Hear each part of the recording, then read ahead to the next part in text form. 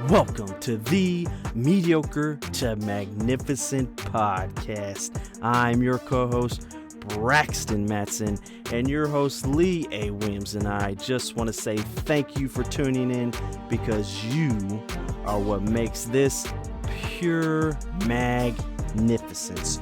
You are the ripple effect of magnificence, and we are going to bring you a message that will give you insight, inspire you, motivate you, and challenge you to not only grow in your magnificence, but let you know that you are magnificent in everything you do. So stay tuned, you don't want to miss it.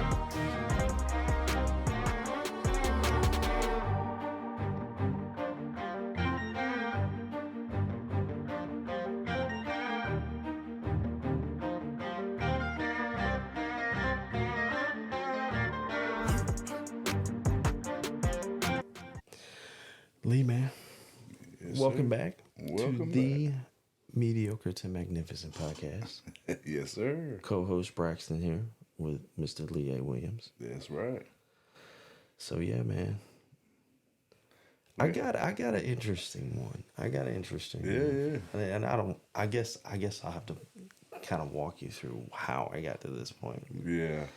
So I was doing the weight loss challenge thing. I'm still doing it.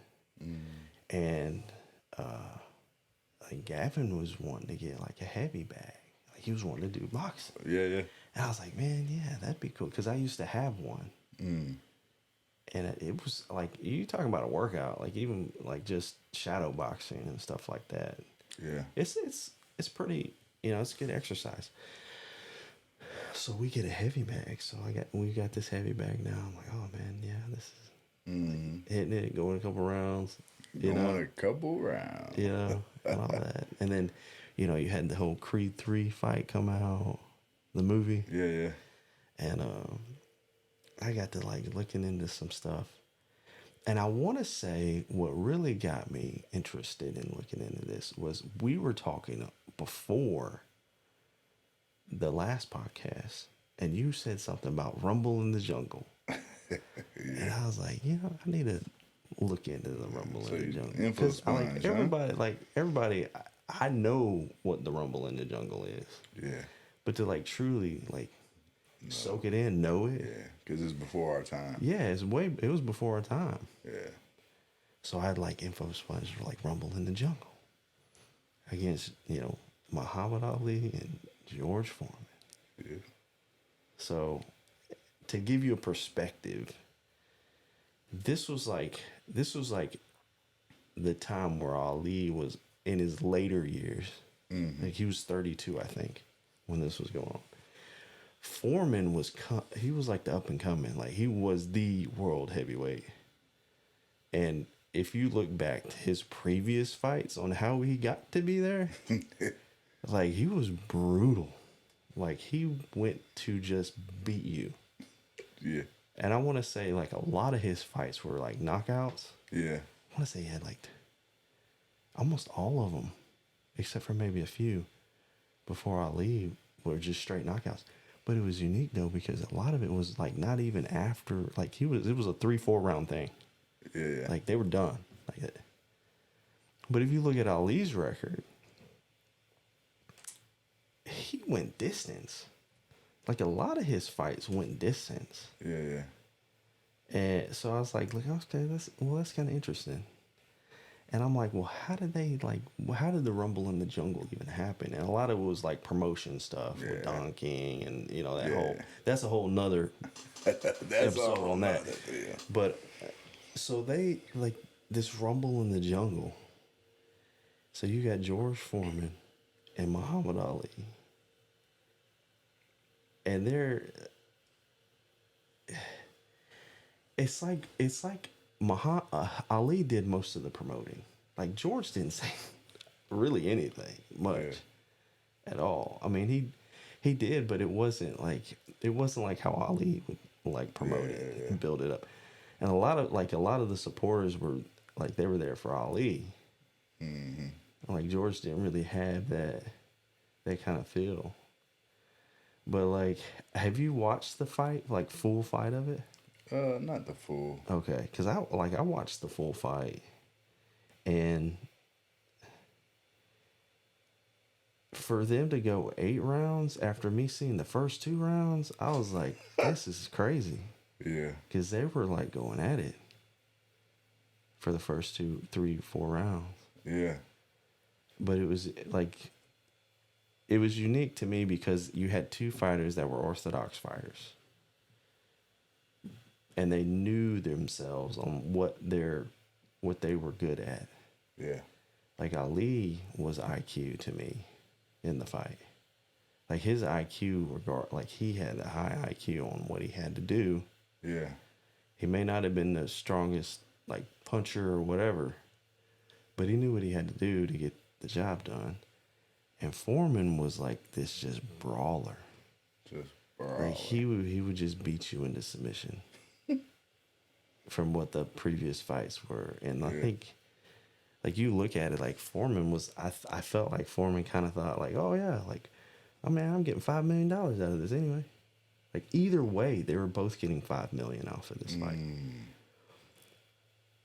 So it was like, oh yeah, and he's heavyweight champion, and it's Muhammad Ali, and it's the older Muhammad Ali. I was like, like man, he beat Frazier. Yeah. Like, you know, Frazier and Muhammad had a thing. Like he beat Frazier in 2 rounds. So it's like, oh yeah, man, this is easy fight. That's what I felt. That's what I felt. Like, you think that's what he felt? In a way, I felt like it was easy. Oh yeah, okay, yeah, I can do it. Yeah, let's do it. Yeah. I guess Muhammad Ali. Like, okay, yeah. Yeah. So that they did the fight, and what's unique though is like Ali's training. It was like he wanted his sparring partners to just like beat him, like hit him, like take a beating. Take a beating. And I mean that's really what it is. Like the broadcast. Are you willing to take a beating? Yeah. Like 60%. I think there was one of them said like 60% of the world's population watched this fight. 60%.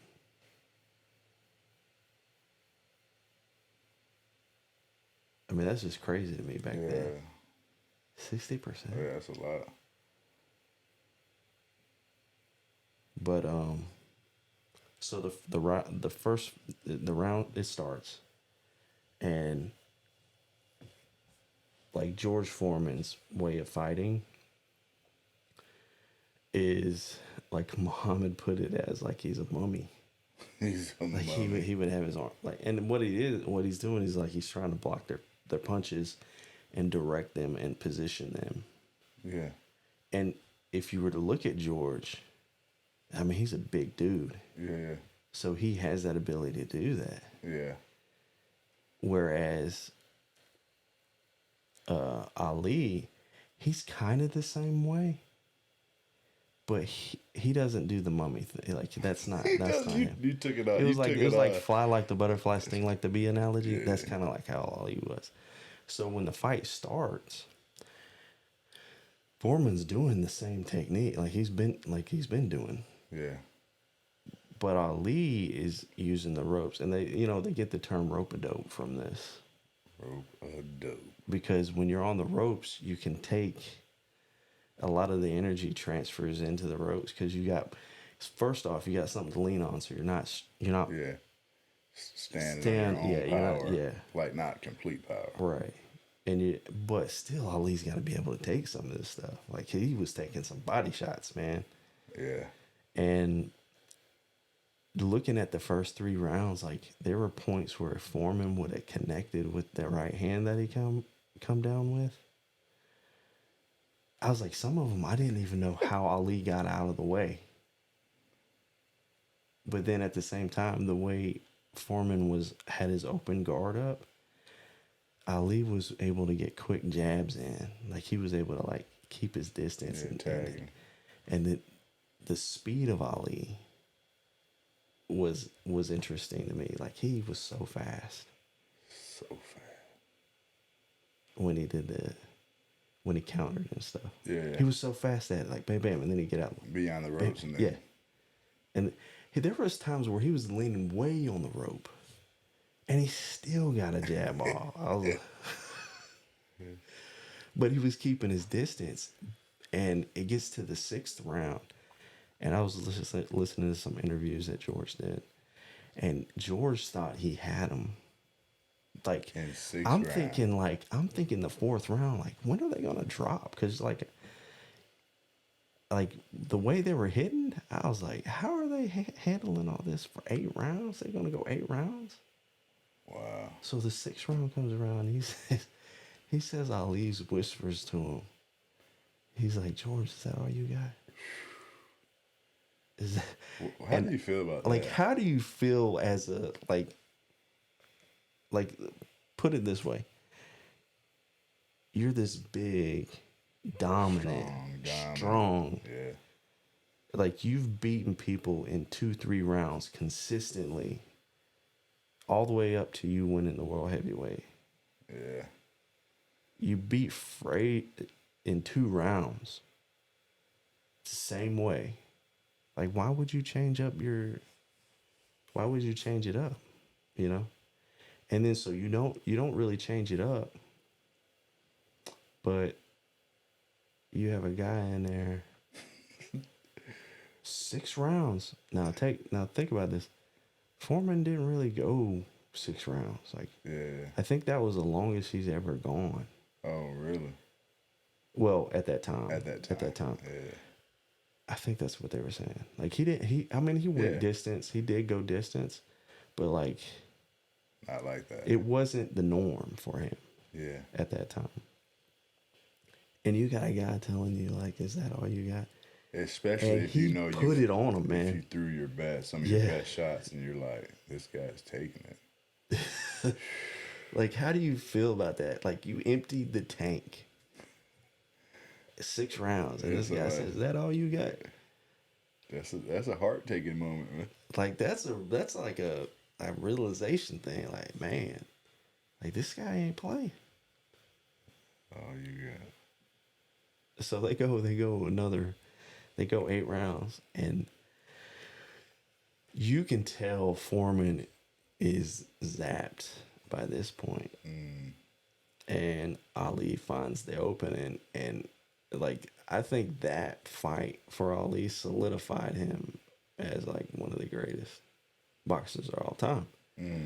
Because he did this it wasn't in his prime, and he beat the up and coming, like, he was in his prime. And for him to do that, like, go that distance with somebody with that much power, impressive. That's very impressive. But to me, the whole fight was a realization of, like, you have to know your competition, but you also, yourself in a way. Yeah. So the takeaway for me was like, how is it, like, you truly got to know yourself before you even get to the competition. Because I feel like Foreman, like, he was a brawler. Like, he could do it. But Ali, I feel like, he thought he knew it, so. Yeah. But Ali really knew it, so. Right. Like, Ali had been through a lot. Yeah. A lot. And I think he was way more seasoned to it, of knowing himself and knowing the competition. Like, he knew his place, kind of, I felt. Where Foreman, he was just getting into it. And really, Foreman's story is very unique, because he actually stopped boxing. Yeah. For 10 years. And this was like not right after, but like, he had a couple more fights, and then he lost to a draw. And then he just quit because he had a coming to Jesus moment, is what it was. That's good. And so it was like, that's a good thing. Like, he realized some certain things that were out of place, where Ali, I felt like he was already at that level. But knowing your competition, to me, is like you got to know yourself first. Yeah. So Ali knew himself. He knew what he could do and what he couldn't do. And then when he looked at his competition, like it was kind of a no-brainer for him. Like he's got to take a beating. Like he really had to take a beating for this. Yeah. Like there's no way around it. Like what's it gonna cost you? Right. What is it gonna cost you? In this case, it was a beating. Yeah. So it's funny that you said that like that, talking about this, because me and Erica just recently had a conversation. Because I'm doing martial arts and sparring, and we're going over some drills, and with your partner and your drills, your training, you pull your punch. So like if we do a few sequence of moves, and then the final blow is to your face. Like I wouldn't necessarily hit you full out in your face. You're my training partner. Right. I mean, I'll tag you, but not like full on. Not like you're the enemy. Ah. Okay. So the way Erica was saying it, she said she had the Holy Spirit told her, say, hey, you've been training a certain way. You've been showing up a certain way.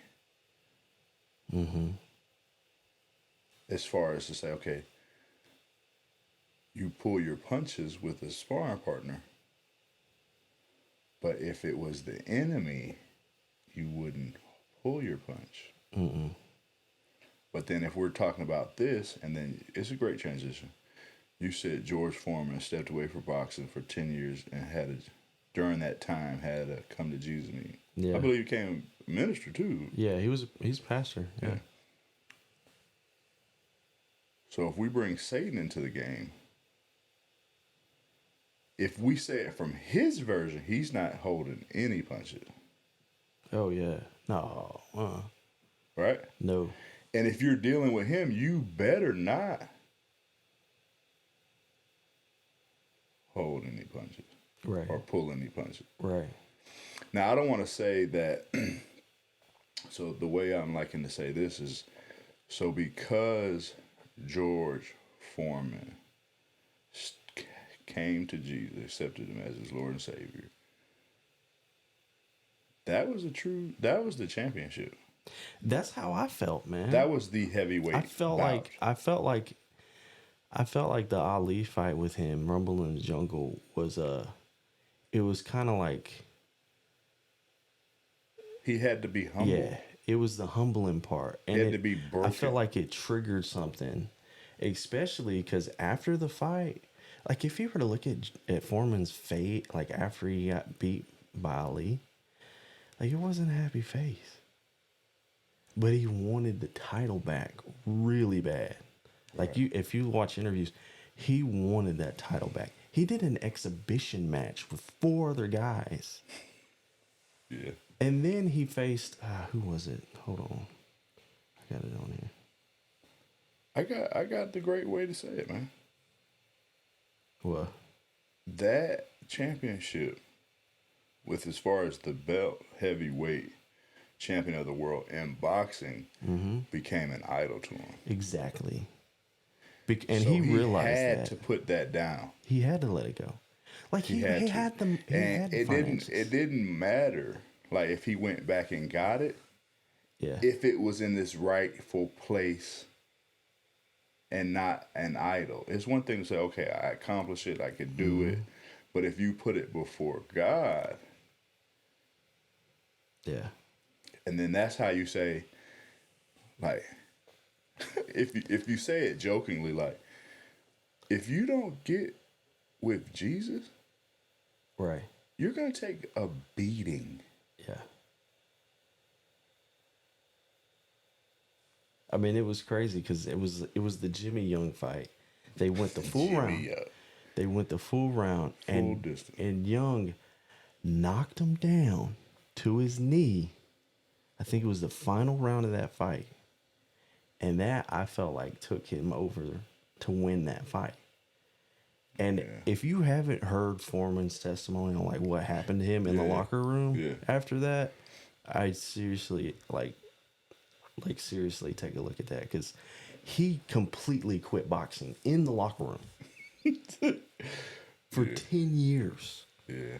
Because of that moment right there. Because I think the way he was putting, like, he didn't want to die. Like, he was fearful of dying. And which death? Right. And the way he put it was, a lot of it was like he was like, he wanted to box. The money. No. So so just so we know for people, we can't just glaze over that. Yeah.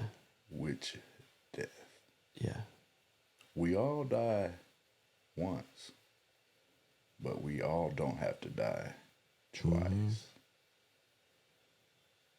And I mean, that's what it was for him. So if he says fear of dying, I know we could say, oh yeah, he's in the ring, he's a boxer, he might die. It's brutal savagery. I get it. We're not made to take hits like that. Let's just be real. No. So then, but especially with knowing his testimony, to say, unless you accept Christ, you're going to deal with that second death that you don't have to deal with.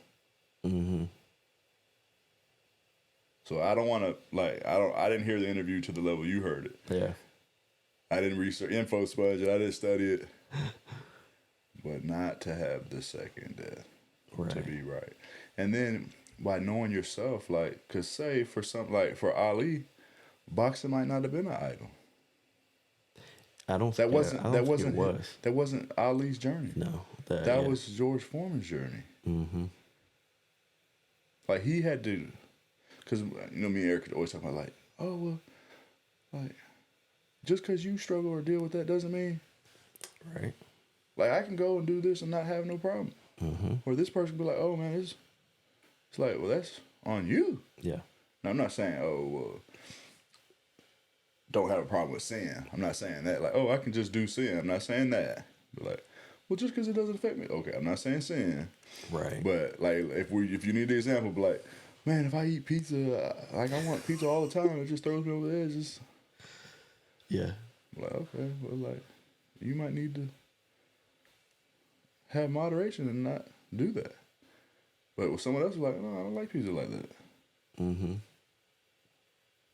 It's different. So it's different. Yeah. But to know yourself, to say, hey, I'm stepping away, man. He stepped away from, to put it in, how hard is that, man? Because, I mean, you could look at it. Hard, I mean, you could look at it from his perspective. He had money. He was fine. But that's not it, man. That was not the reason he left. He wanted to spread the word. That's how he put it. He was broke. Yeah. Spiritually broke. Broke. So that's broke. That's, look, joke, be like Ali quotes, that's broker than broke.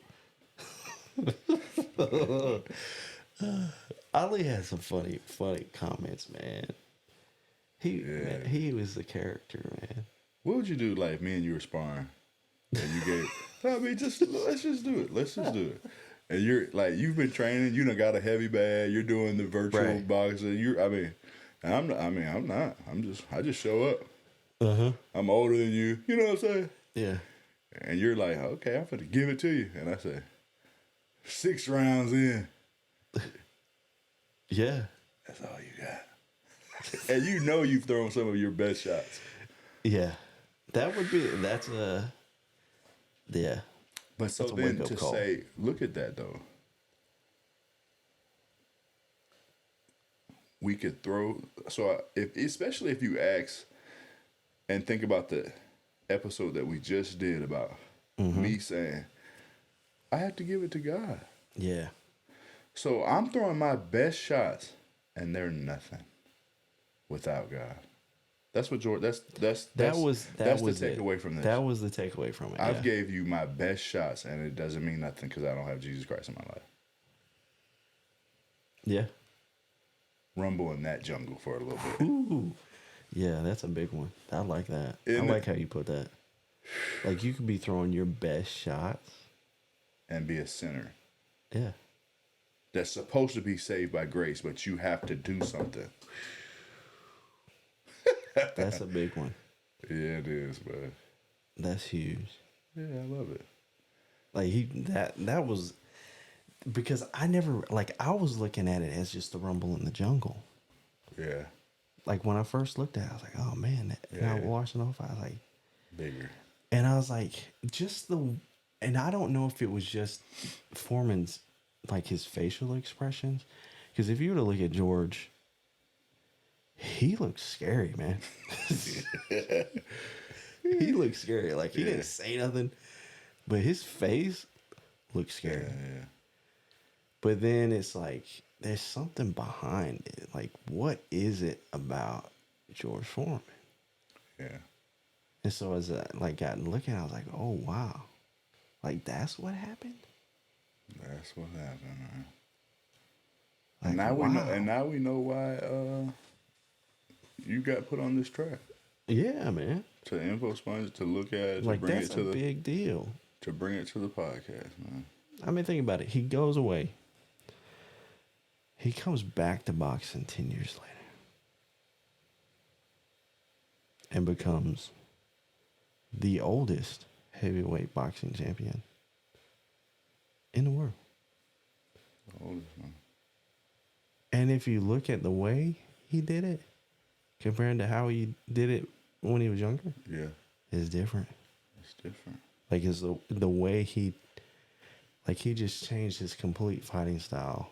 It's almost like he went to the 2-3 round knockout guy to go in the distance guy, in a way. Yeah. At 40-something years old. Yeah. But, I mean, think about the symbolism in that. Yeah. Like, we got to go the distance. Mm-hmm. As believers. You have to go to the distance. This isn't a 2-round, 3-round thing. No, it's not.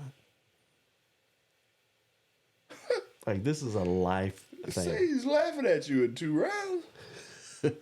6 rounds, he's saying, like, what? Is that it? You done? Talk about, I mean, just think about the symbolism. Talk about a rope-a-dope. Yeah. 2 rounds? Nah, man. If you don't train for the distance, you're mistaken. Yeah. And the distance in this, I mean, the way we've done it, it's just, it is what it is. The distance is not having to experience the second death. Yeah. I mean, yeah. If I heard a man, mentor of mine, just this past weekend, say, if you're not willing to crawl over broken glass and tell the world, tell the people, tell your loved one, tell your friends, you might not be saved. Wow. Because what we're talking about is one of the biggest rope-a-dopes of all time. And it's for your soul.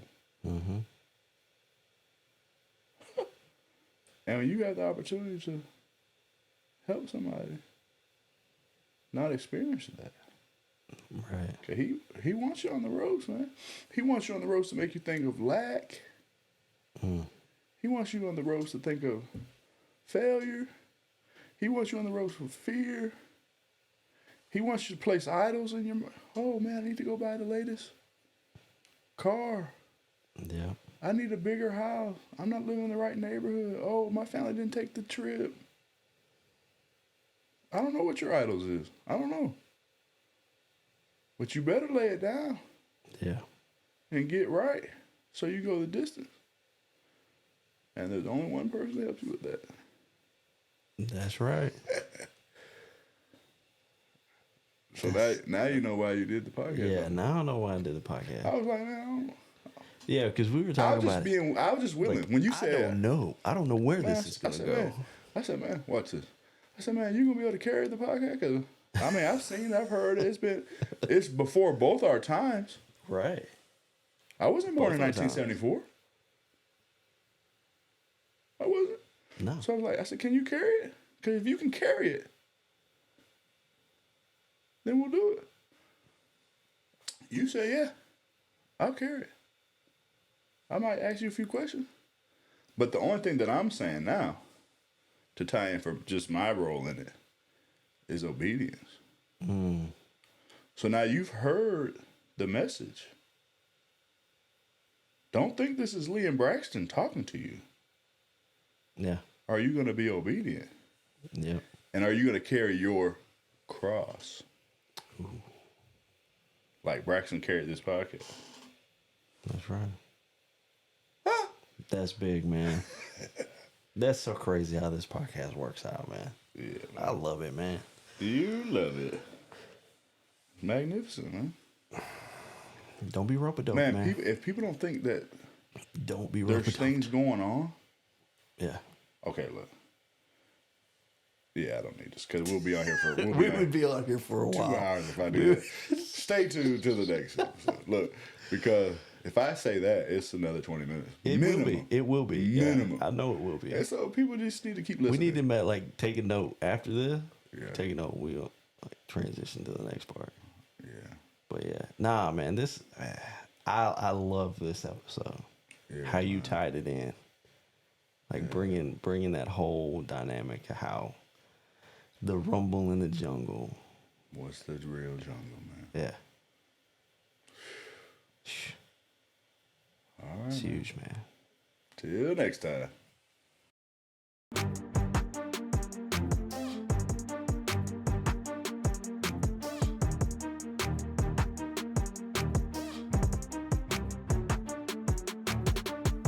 This is your co-host here, Braxton Matson, and Lee and I just want to say thank you so much for tuning into this episode.